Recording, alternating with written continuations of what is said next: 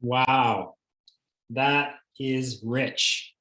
What an amazing series of presentations. I want to personally thank all of our presenters for taking the time to do this. For those of you who don't know and didn't have to do that, the recording of a session was high pressure and you all crushed it. I'm so proud of you all. That was so fun. We do have a series of questions, and so I'll sort of wait for people to come on stream. But we're all here outside of Amy. I'll wait for Amy to come on screen so that all of our attendees and those taking in the session can see everybody. Lolita, I don't know if you're able to be on screen. That is rich. What an amazing meeting. All right, here we go. There's too many things, but we're here now. Congratulations, everybody. That was excellent. Thank you for that. We do have a series of questions, a couple comments in the chat. If you were following along, there's lots of love for all of you. I love Lori's comment. I love the solutionaries. That's a brilliant term. I don't know who used that. I might have lost track in the presentations, but that's pure genius. I'm going to steal it. That's okay. But Clovis had a question, and that's directed to yourselves. How long did you stay in the diversion beds? And how do you ensure that it does not become a shelter? I can hop into this one. So generally it's up to 6 weeks, but we actually strive for youth to stay as short as possible. So we don't even necessarily inform them that it's a certain timeline, because then they think that they're going to end up staying that long. And sometimes what we notice is if they have that idea, then they're maybe sometimes less motivated or less willing to start the work that needs to start happening on day one, because they think that they have this extended period of time that sounds long initially, but really it's not. So we just get to work right away with them. And many times they're actually out of the diversion beds before that 6-week period ends. And in regards to it not becoming a shelter, it's in a completely different facility. So it's actually in the same building as another transitional living program where that is housed. And so a lot of some of the expectations that are set for that program, they're similar for the diversion bed clients that are accessing. And so there's less people, they're in their own independent unit. So it's essentially like an apartment unit. It's not a shared space with other kids who are experiencing homelessness or street involvement.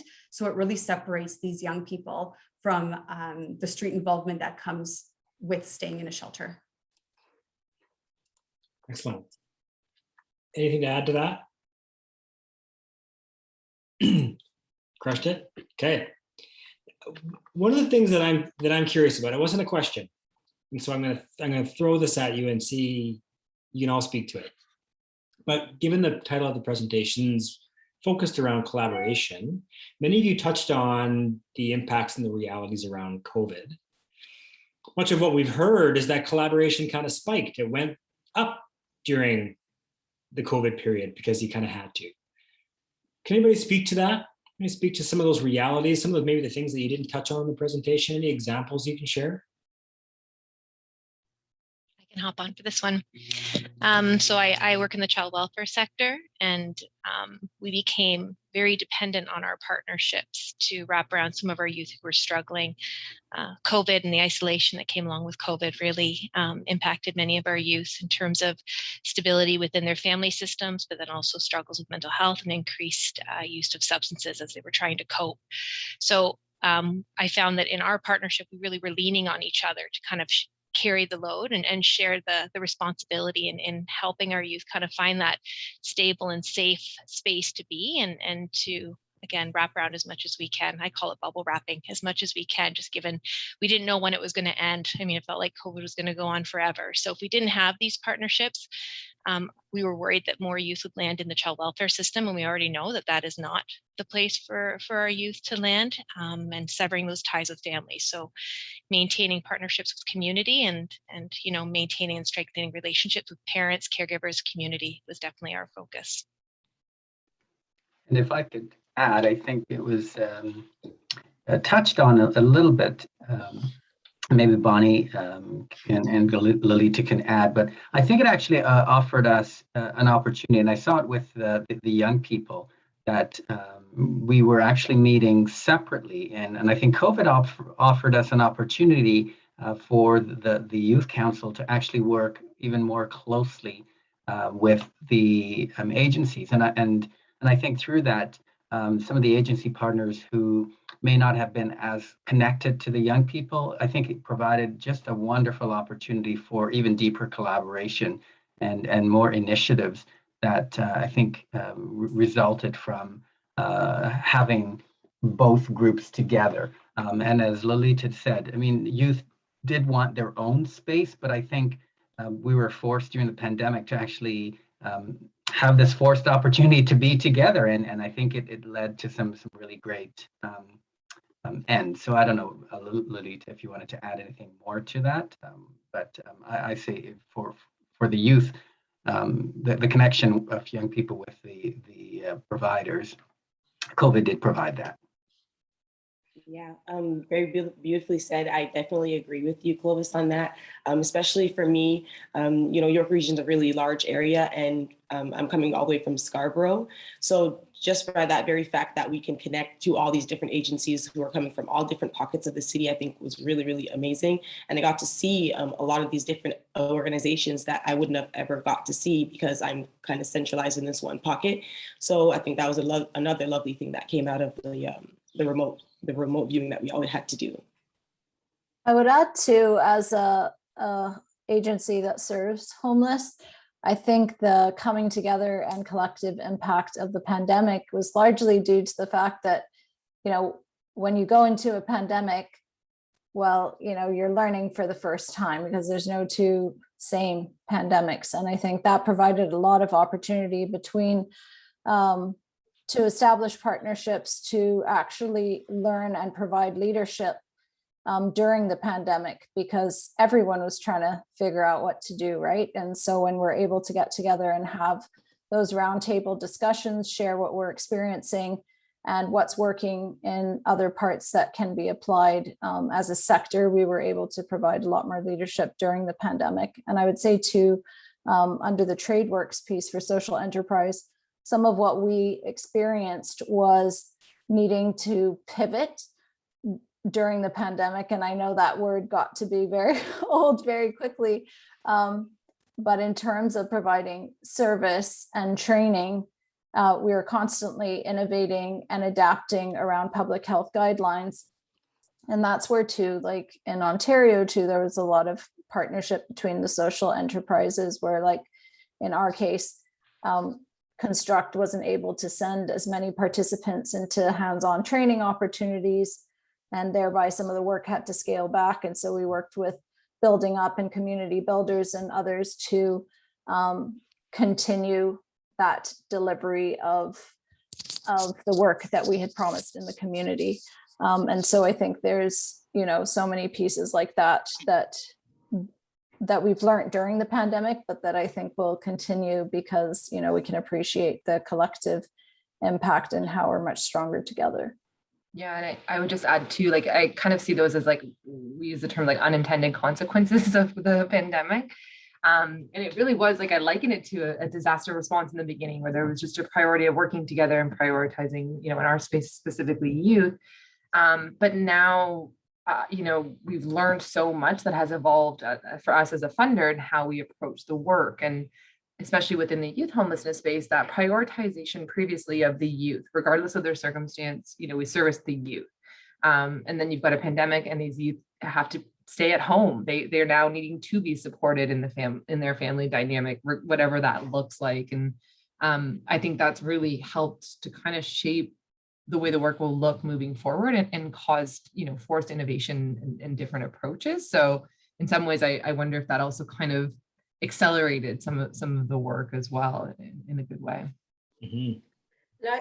On top of what Amy said there, you know, I think one of the things, our shift in the beginning of the pandemic to be able to come together and play a bit more of a leadership role, the homeless population really was based on some of those existing relationships. So when you have these large collaboratives, and we had done so much work in already establishing what are the needs of young people and that are homeless, and now you add the pandemic, we already had a bit of a platform and a bit of a start because we had these relationships already existing. So it was very quick that we sort of moved into that planning mode together. And I think that was really important. And that's why collaborators are, you know, generally something else comes on, you already have the people in place essentially in the relationship. So that was important.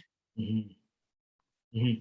I see also in the chat that some awareness has been raised about other social enterprise opportunities. And so if they weren't on your radar, great.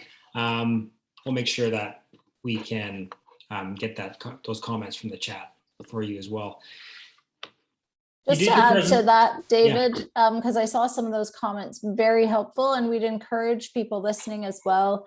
The investment from the Home Depot Canada Foundation is specifically around trades-based social enterprise, with the thought, as it ties into housing stability, that social enterprises working to link youth and participants into careers in the trades allows them to earn a wage that is above minimum wage, ultimately leading to housing stability. And so we're linking, you know, those in a vulnerable position or with barriers to the marketplace into the void that there currently is in the marketplace for careers in the trades. And so if you hear of any that are specific, I saw some good social enterprises listed in the chat, but if you do think of ones that are specific to the trades, please do also bring those forward. In 5 minutes or less, you did your presentations, you recorded the content. What did you leave out? Is there anything else that people need to know?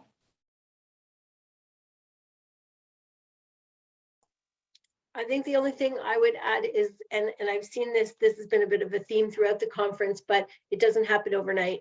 Collaboratives are something, it's not that you sort of join up, you know, solve the problem and leave.